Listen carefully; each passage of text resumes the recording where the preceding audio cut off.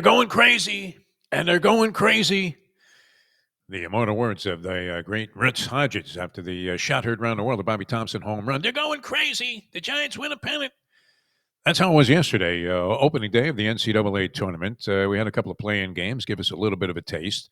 And then a couple of things happening yesterday. It was quite an interesting day. I would imagine most of you were very strong in your brackets, especially if you picked up on a couple of things that were mentioned on the show. Now, there was one burial, as I believe more than one of our handicappers on the program had been touting Clemson. And that was the biggest upset of the day, a day where not only were you probably gargling with Visine after watching wall-to-wall ball games from 12:15 in the morning all the way through until the wee hours on the Eastern time zones, and even in the Midwest and out west, of course. You started early in the morning, Bloody Mary at 7, and the next thing you know, you're betting games from 9 o'clock on.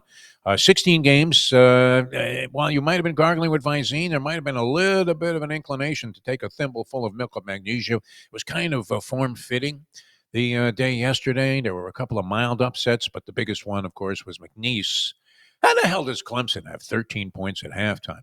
We did tout you on to a good bet yesterday with Mike Jones, who noticed something. And I like guys that handicap by instinct. I understand all of the numerology and the studies of the Ken Palm numbers and this, that, and sabermetrics, analytics. And many people are counting on that. But does it take a genius to take a look at what was happening with St. John's in the last several ball games they played, all of which, for the most part, were nationally televised? Because now Rick Pitino, they got a star there, and the team's doing great. They've resurrected from the grave a program that was buried for the last 25 years. They buried Lou Carnesecca, for God's sake.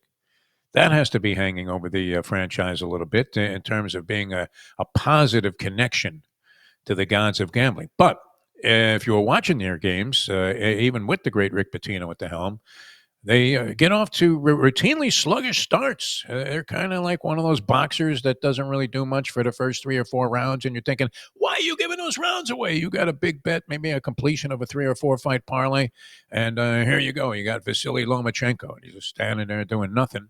And you're wondering, when is he going to get in action? You just gave away like the first 8 rounds. So who are we kidding with this stuff?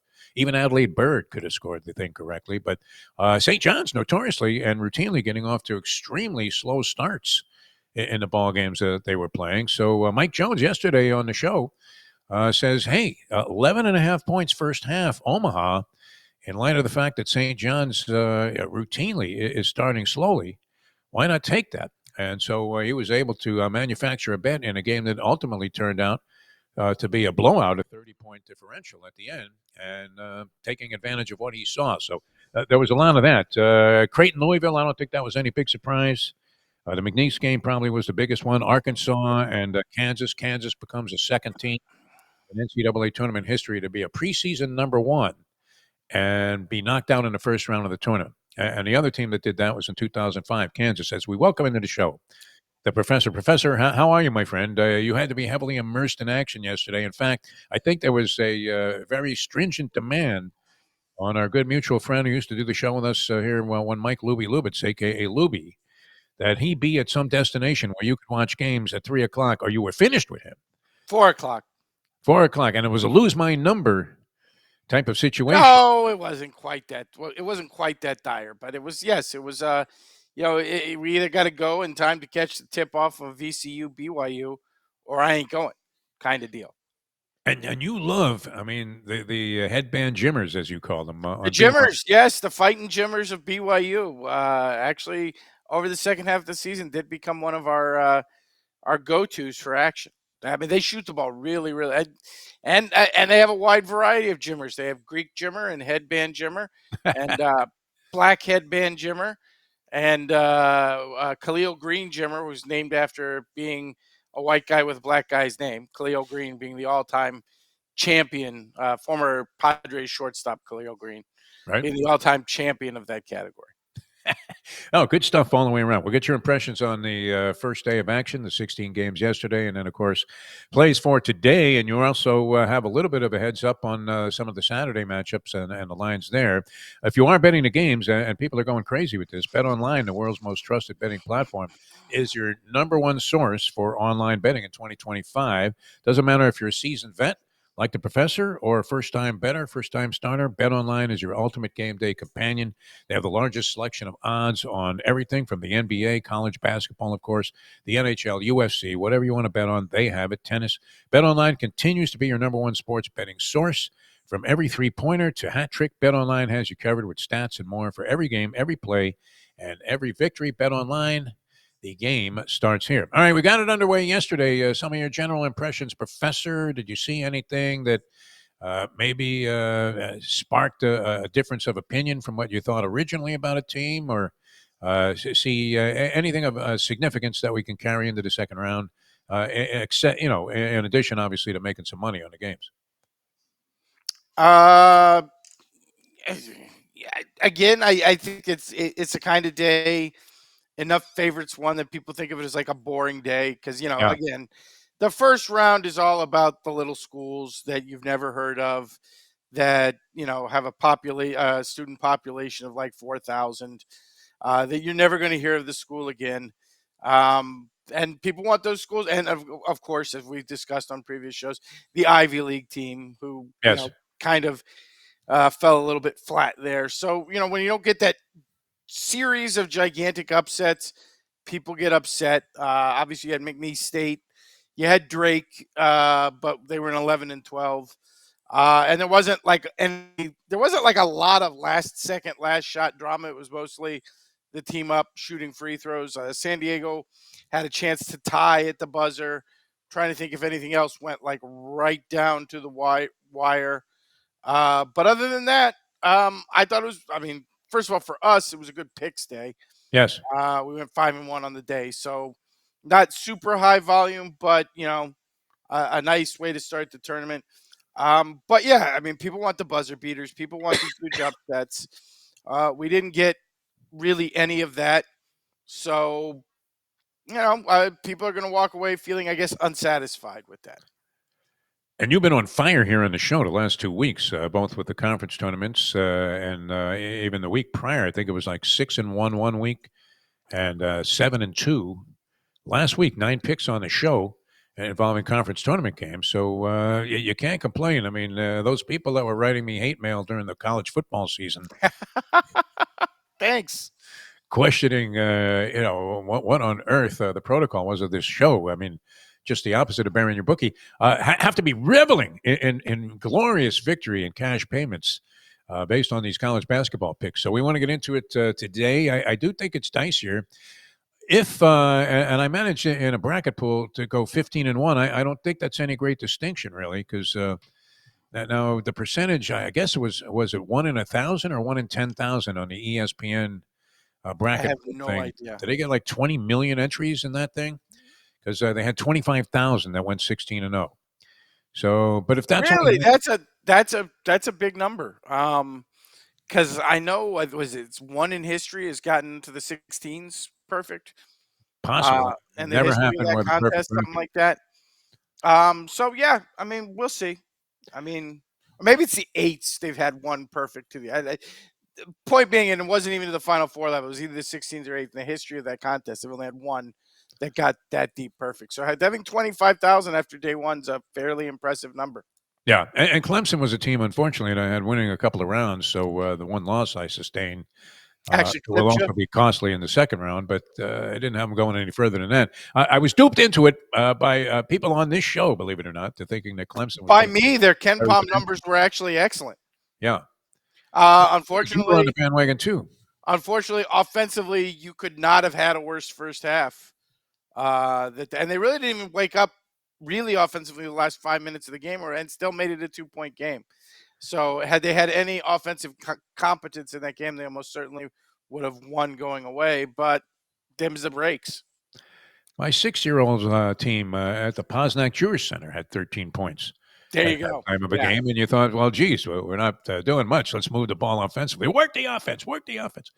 All right, let's get into some stuff for today, and then maybe even project out into Saturday as you have some preliminary lines out for Saturday's matchups. Professor, the stage is yours. What are we doing on the tournament today? Uh, just like yesterday, we thought Creighton was the best play of the day to kick off the day. I think we got one of the stronger plays of the days. to kick this one off, which is Mississippi State laying 1.5 to Baylor. Two teams, they do not necessarily ring the bell offensively. Both kind of subpar in terms of field goal percentage. They don't shoot the ball great, which means rebounding is going to be a huge thing, and I think that'll be an advantage to Mississippi State with their size. Mississippi State long across the board at almost every position, and you look at the numbers; it tends to indicate it 25th in the country in rebounding, 23rd in the country in offensive rebounding. Baylor down from there, 116th in the country in rebounding. Not a bad offensive rebounding team with 35th in the country. That would, of course, be mostly one Norchad O'Meara, who Miami fans are familiar with. He's finishing out his career at Baylor. But we think Mississippi State matches up very well in this game. I don't necessarily think either one of these teams pushes the number one seed in round two, but I think Mississippi State at only 1.5 is a pretty nice spot here. All right. Although it may be one of those games because they don't shoot the ball well, it becomes a grinder game. I do think they'll wear them down. And the other thing we like about Mississippi State is in terms of guys who can put the ball in the basket. Josh Hubbard is clearly the best player on either team as a scorer. If you watch some of them earlier this year, he's the kid who threw up 38 against Alabama. I think he had 30 against Tennessee or Florida. So he's definitely the best scorer on either team in this game. Again, nod to Mississippi State on a very thin line. So Mississippi State minus 1.5. The next one is Colorado State and Memphis, and this is another one of those. Let's say the whole world seems to be on the underdog, which is very unusual. A hot Colorado State team featuring one of the better scorers in the country in Nick Clifford in this game. But I just don't think, overall, man for man, they match up particularly well with Memphis. I think Memphis's overall athleticism will be a problem for Colorado State. If you looked at them in the regular season, they struggled with some of the more athletic teams in the WAC. Now, the note for Memphis here is, of course, that Hunter is a game-time decision. He is one of Memphis's better players, but I don't necessarily think he's their best player. That would be PJ Haggerty. But I like, the fifth seed catching points here, although not many, 1.5, but we like Memphis in this matchup. Most of our games today are actually in this 2 to 4 window, and that takes the next one, which is Vanderbilt catching 4.5 from St. Mary's. We like the Commodores here. I think they are much more battle tested coming out of the SEC, and they got some nice wins in the SEC actually. Whereas you look at St. Mary's, they did very little out of conference, and really their season, there's a big matchup comes down to Gonzaga, which they won 2 of 3 of, but they did lose the last one. And the other thing we like about Vandy in this spot is that when you have a team that likes to play the pace that St. Mary's prefers to play in, which is in the upper 50s, 60s, they're not Tony Bennett, Virginia, but they're not that far from it in terms of style and pace. 4.5 points is a bigger number than you. I mean, it would be probably the equivalent of like 6 or 8 points in a matchup with a faster paced team. So we like Vandy there. I think there's an excellent chance they'll actually win the game straight up. But they are catching 4.5. And then the next game we really like is at 4:30. This one, I don't know if they're going to win, but I 10.5 is a huge number for Grand Canyon, a team that won a first round game last year, brought back a bunch of their players that pulled that upset. They're now catching 10.5 for Maryland. Maryland, a very fashionable team, much like Clemson, largely due to Ken Palm numbers. And I like the Terps overall. I think that they may or may not win this game. But I think this is a tough matchup, and they are laying way too many points in this spot at 10.5. I personally would make fair value more like 5.5 or 6. So when you get that many extra points, I would go with Grand Canyon for 10.5. Okay, I was a sleeper team of Mike Jones, one of our handicappers here on Bury Your Bookie, and he's going with him.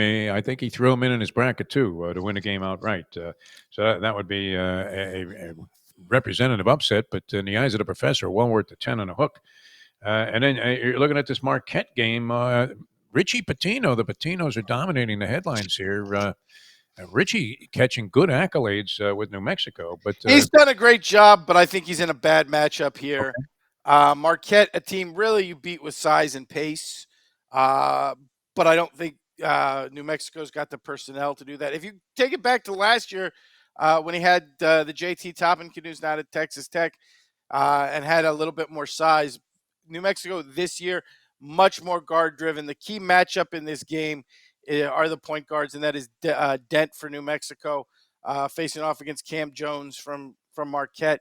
I I think that matchup is all favoring Cam Jones. I mean, really, the thing in this game is going to be 3-point shooting. Both teams are very 3-point dependent. New Mexico has a little edge in that, but it's not like they're an elite team in terms of 3-point. I mean, you look at their 3-pointers made, they're 250th in the country. You look at the percentage, they're 138th. If that's their path to win here, I don't think they shoot the three ball well enough to get in it. Marquette, in terms of percentage, not great. They're also in the mid 250s. But in terms of volume, they're not bad. They're 94th, or excuse me, 46th in the country at 9.4 per game. So again, stylistically here, I think both teams like to do very similar things, and Marquette's just better at it because they have better overall length and athletes. All right. So taking Marquette, laying 3 and a hook there against New Mexico. And I guess this line, famous line in American history, would have to be amended to you go up to the window there in the local sports book and say, give me Liberty plus 6.5 or give me death. Yeah, again, that one's a little more marginal for us. We're putting that out just sort of as late night action because everybody loves to play Yeah. in every window of the tournament. I think of the late night options, that's the best one. Liberty, team very efficient offensively. I talked about in an earlier show. I think they led the country in turnover rate. I think they were the fewest, if not, they're like the top three. They were number one in the country going into the conference tournament weekend. I'm not sure exactly how they came out of it, but they don't turn the ball over. And that's one of the keys to Oregon's tournament success is they really do under Altman mix up their defense as well and create a lot of havoc for teams.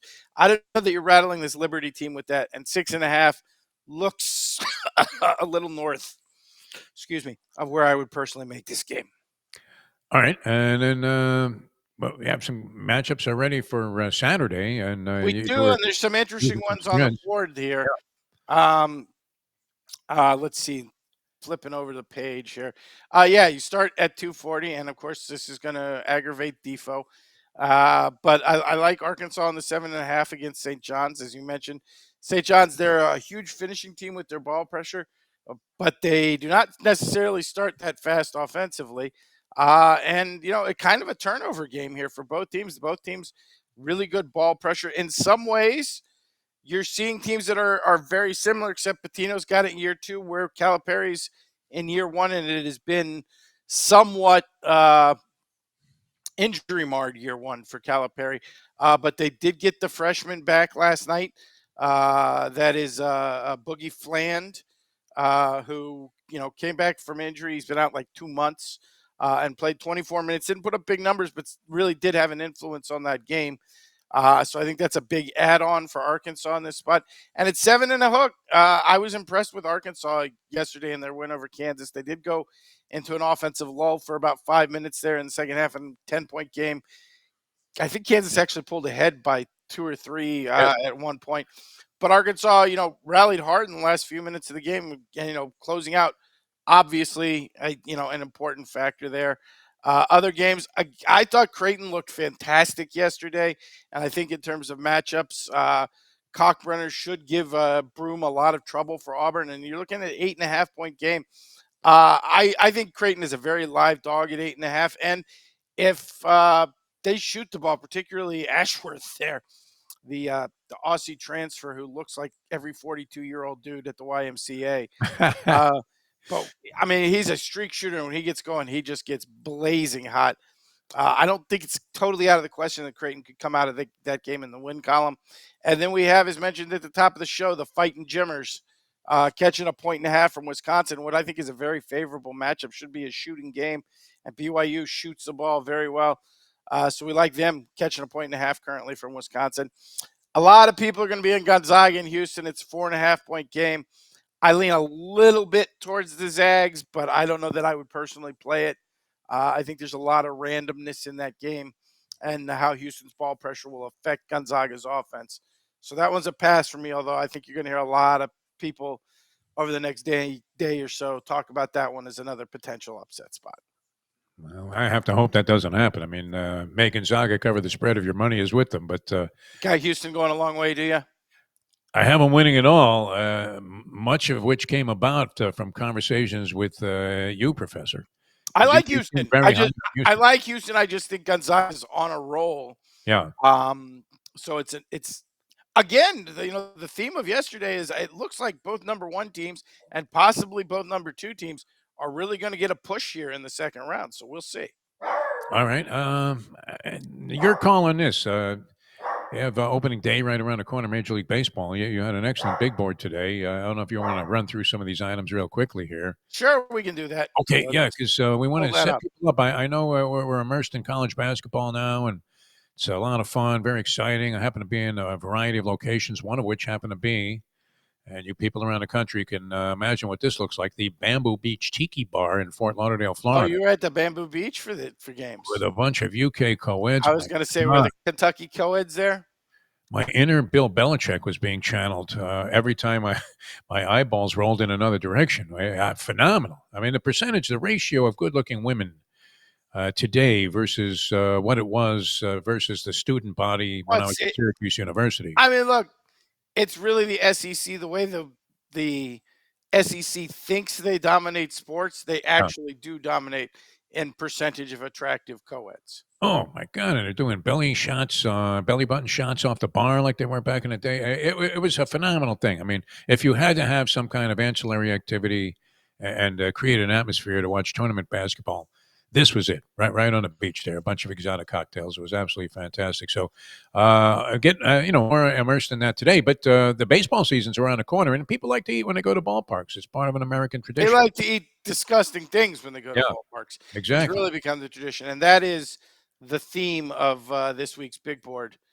Hold on, let me set it up there, which is the big board of Major League Baseball's 2025 food atrocities. Yes. On an earlier show, I credited Jeremy Schapp. I was mistaken. It's actually Darren Rovell on Twitter Yeah, Darren Rovell, the business guy. who likes to roll out all the new food items that are going to be at Major League Baseball parks this season. And, some of them were just so eye catching that we had to do a big board on it.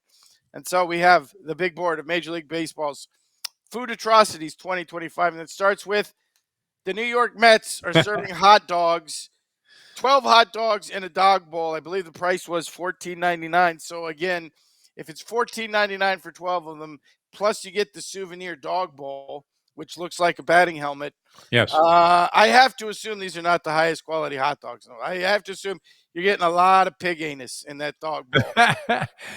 I don't know that you can get away with that in New York City. I, And I have to vouch for the fact, having been a vendor at Shea, now City Field is the home park, but I would think the concessions, if anything, got better. They had a great hot dog at Shea Stadium. I think if you are the sort of disgusting glutton that would want to eat 12 hot dogs out of Yeah, a dog bowl, it doesn't matter. then the quality of the hot dog is probably not that big an issue for It's you. not like Farmer John is Yes, tapping. exactly. You're not like, going for the Hebrew national there. Just whatever parts of a hog that nobody else wants to eat, just shove them in my mouth in a dog bowl. And as we said on the earlier show, we have to imagine that Fatty McGatorface, Pete Alonso, Yeah. was part of the thinking in this process.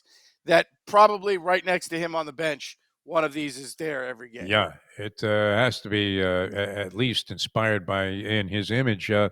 And for those that are only getting the audio portion of this, the image of the hot dogs are just sitting there in this would-be batting helmet, which is shaped as a dog bowl. It definitely adds overall to the idea that this is relatively absurd. All right, that's number 5 on the list. Number 4. Number 4, and this is the Kansas City Royals. If you have any small children in the room, please ask them to leave right now because the Kansas City Royals have slaughtered Cookie Monster and are selling his cream-filled corpse to children during ball games. That's disgusting. This is the Kansas City Royal Blue Whoopie Pie. It is something they call blue velvet cake surrounding a layer of, I guess it's whipped cream, some sort of sweet cream.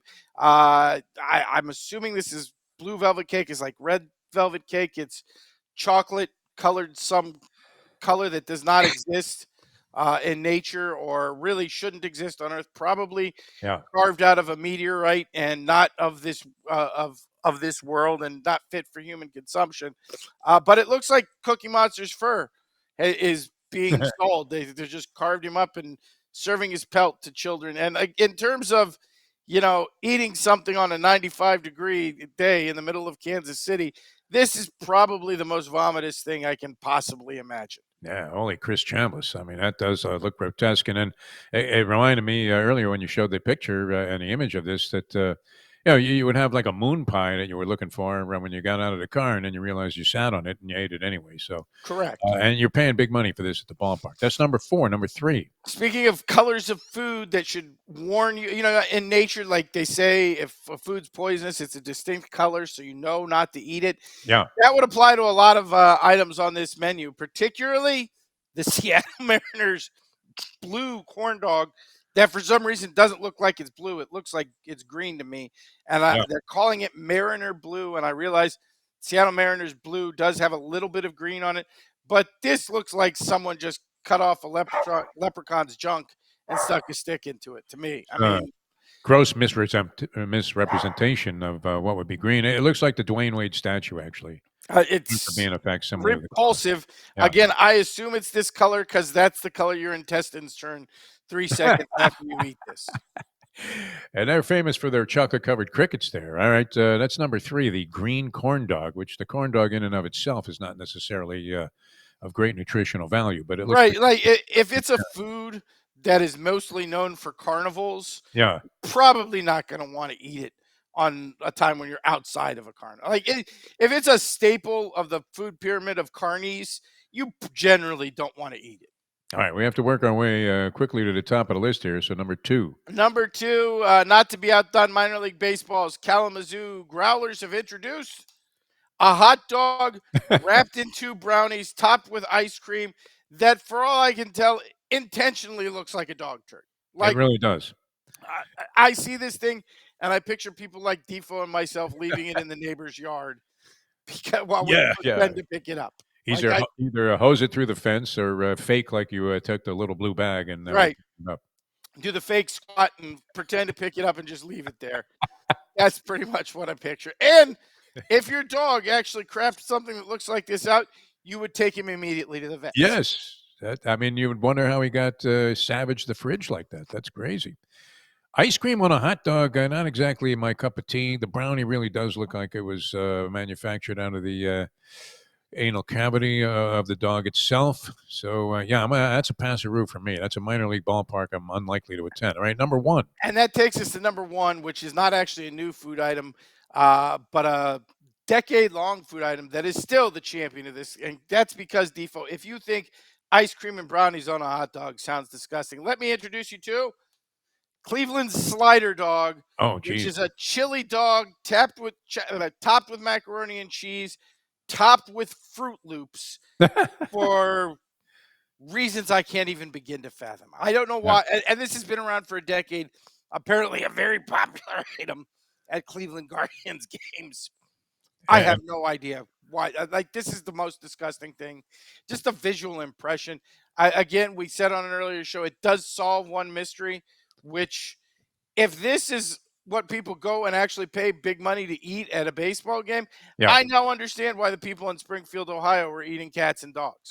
Like, if you just move to this country and you see white people from Cleveland eating chili dogs topped with Fruit Loops, the idea of eating your neighbor's Chihuahua doesn't seem like that, like it's that ridiculous. No, it's barking at you like there's no tomorrow. And this not only has the chili, but it has macaroni and cheese and Fruit Loops.